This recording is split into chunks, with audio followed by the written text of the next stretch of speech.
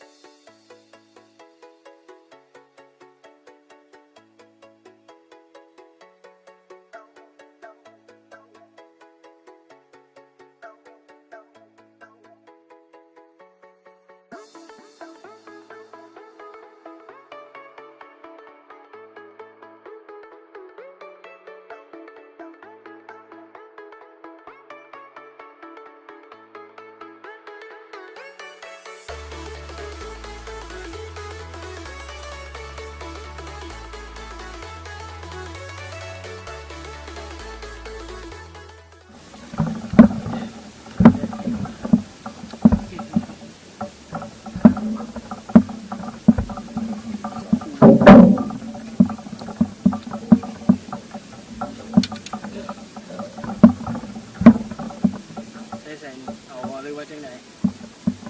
ตัดไว้แล้วนะตัวน้อยเนาะ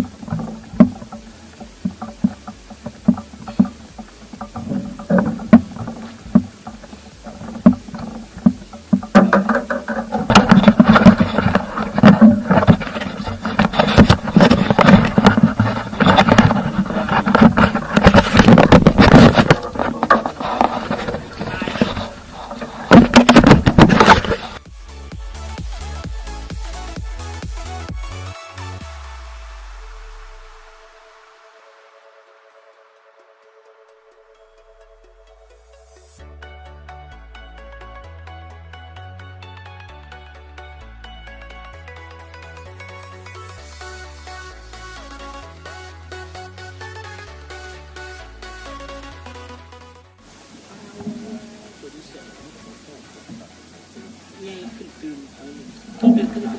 ถูกแล้ว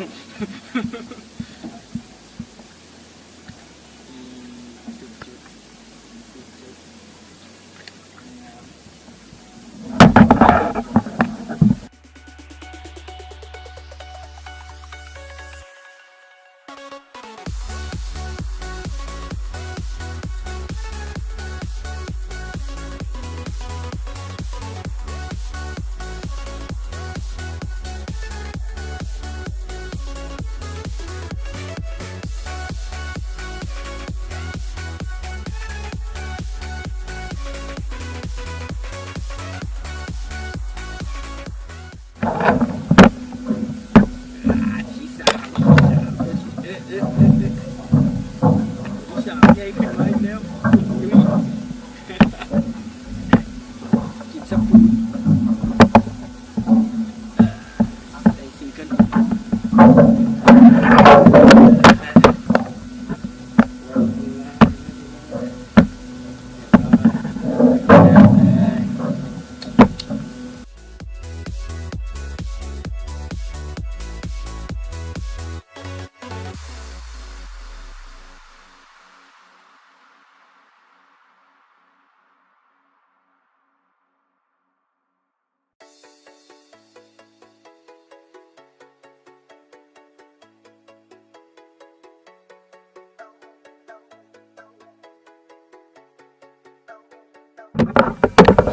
เฮ้ยคุณซีกับคุณยูเอลใหญ่ขึ้นอีกแล้วสปูนที่เก่าน้ำ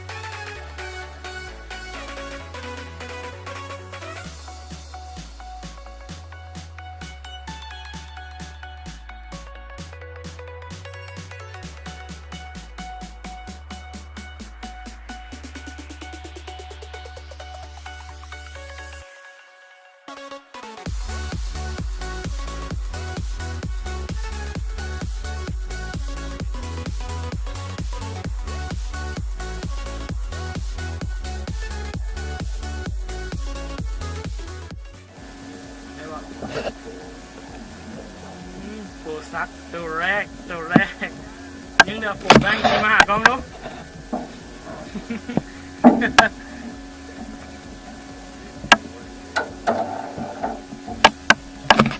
แบงค์นั่งลงหน่อยนึงแบงค์นั่งลงหน่อยนึงเลยลงมาเลยนั่นแหละไปไกลดูแบงค์จับกันเลยมาเลยโปรซักโปแกนครับมันละ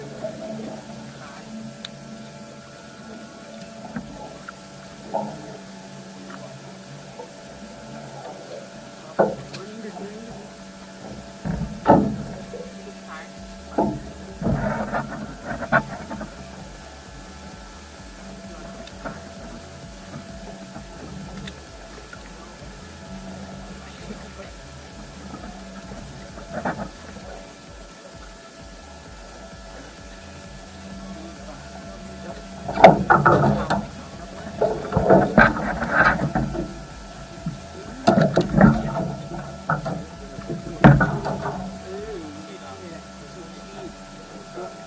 ยะปลาตัวผู้ตัวที่มุตัวผู้ไอ้ยะ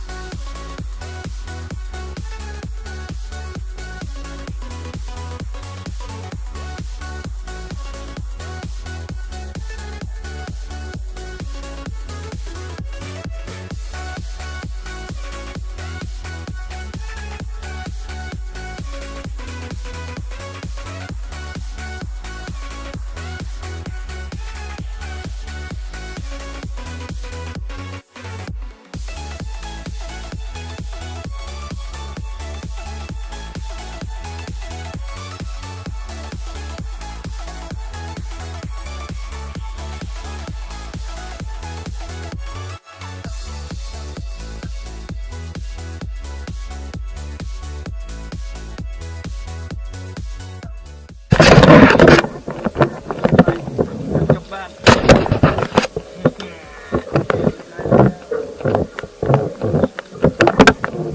เจ็ด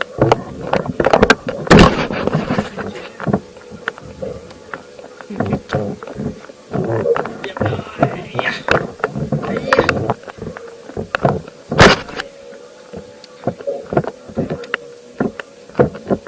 เจ็ด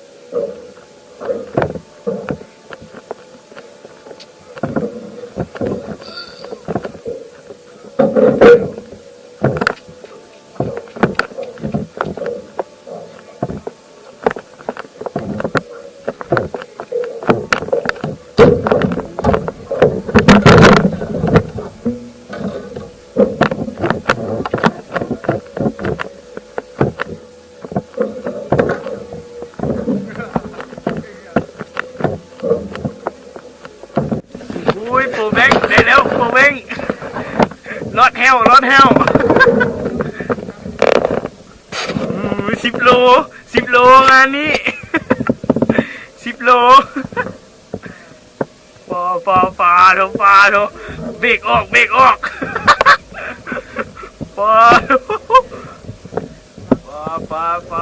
โถมีโอ้ปูแบงโอ้ค่อยปลาโถดึงเบรกปลาปูแบงเอาปูแบงไหวบ่ปูแบงน่ะไหวบ่ยกปลาเลยยกขึ้นมาดู2 โลนี่เจอเลย2 โลโอ้ปูแบงเอา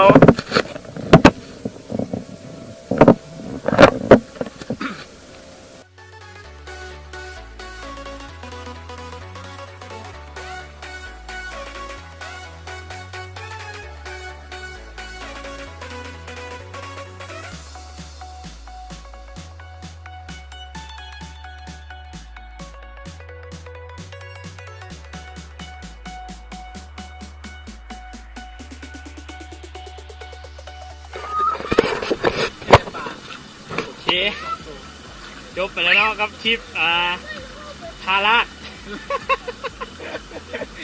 สรุปป่ารวม9 ตัวโปแบง1วินาทีสุดท้ายโปซักกัน1เนาะส่วนใครมัน7 ตัวรถลงสิบรอดแล้วตัวใหญ่เติบท้องน้ำมันขาวเอารู้สึกยังไงเราโปรแบงเนาะคักโปรซักดิ สุดยอด โอเคเนาะแล้วเจอกันคลิปหน้า